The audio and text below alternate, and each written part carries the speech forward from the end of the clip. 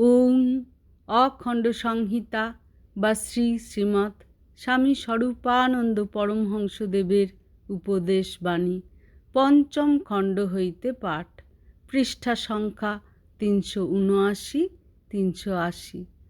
রথে চ বামনং দৃষ্টা, রথে চ বামনং দৃষ্টা পুনর্জন্ম ন বিদ্যতে।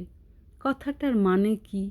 শ্রী শ্রী বাবামণি বলিলেন, বামনকে ত্রিপাদেই যিনি ত্রিভুবন ব্যপ্ত করেন, পূর্ণ অস্তিত্বের তো কথাই নাই।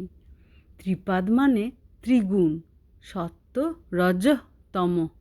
যিনি সত্য রজঃ তম দিয়ে ত্রিভুবন আচ্ছন্ন করেন, কিন্তু নিজে থাকেন ভাবাতীত ও ত্রিগুণরহিত, তিনি অর্থাৎ পরব্রহ্মই বামন। বামনকে দেখার মানে পরব্রহ্মকে দেখা, পরাৎপরকে দেখা, সচ্চিদানন্দ বিগ্রহ সর্বভূতান্তর্যামীকে দেখা।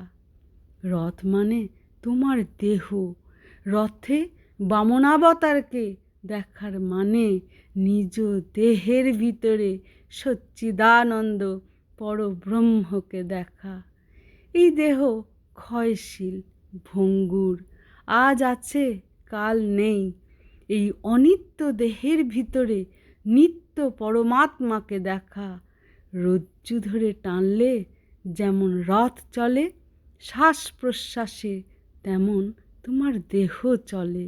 শ্বাস প্রশ্বাস তোমার দেহরথের রজ্জু। শ্বাস প্রশ্বাস থামল কি রথও থামল।